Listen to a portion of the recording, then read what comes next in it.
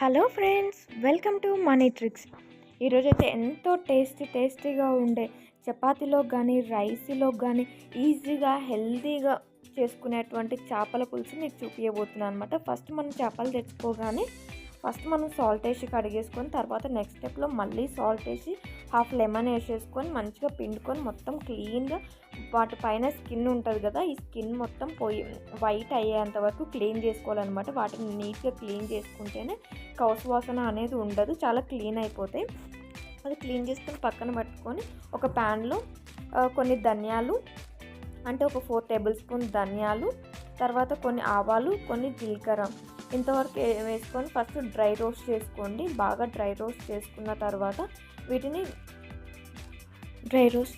తర్వాత వీటిలోనే యాలకులు, చెక్క, బగారాకు, మిరియాలు అన్నీ 2 వేసుకోండి. 2 వేసుకున్న తర్వాత వాటిని కూడా డ్రై రోస్ట్ చేసుకొని వాటిని ఒక బౌల్లో తీసుకోండి. తర్వాత ఒక స్మాల్ కప్పు ఆయిల్ వేసేసుకొని అల్లం, వెల్లుల్లి, జీడిపప్పు.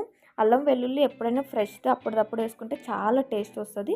అవి కొంచెం ఫ్రై అయిన తర్వాత అల్లం వెల్లుల్లి జీడిపప్పు ఫ్రై అయిన తర్వాత ఆనియన్ వేసేయండి. ఒక కప్పుడు మన స్మాల్ బౌల్ ఉంటుంది కదా, చిన్న కప్పు వేసిన తర్వాత దానికి సరిపడా సాల్ట్ వేసుకోండి. మన కర్రీలో కూడా మళ్ళీ వేయాల్సిన అవసరం లేకుండా ఇందులోనే సరిపోయేంత సాల్ట్ వేసుకుంటే టేస్ట్ వస్తుంది.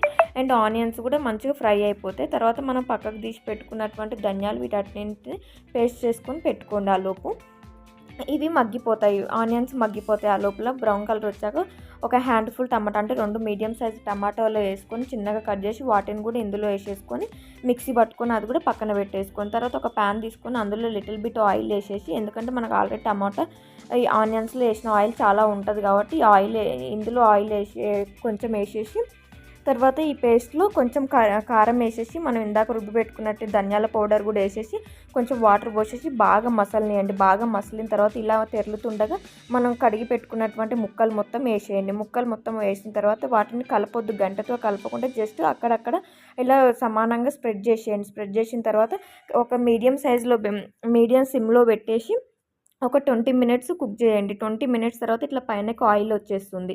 ఇలా పైనకు ఆయిల్ వచ్చేసేయగానే పైగనంగా హ్యాండ్ఫుల్ కొత్తిమీర, కొంచెం ఇంకొక హ్యాండ్ఫుల్ పుదీనా చల్లేసుకొని దింపేసుకొని తింటే టేస్టీ చేపల పులుసు రెడీ అవుతుంది. Please subscribe to my channel. Thank you.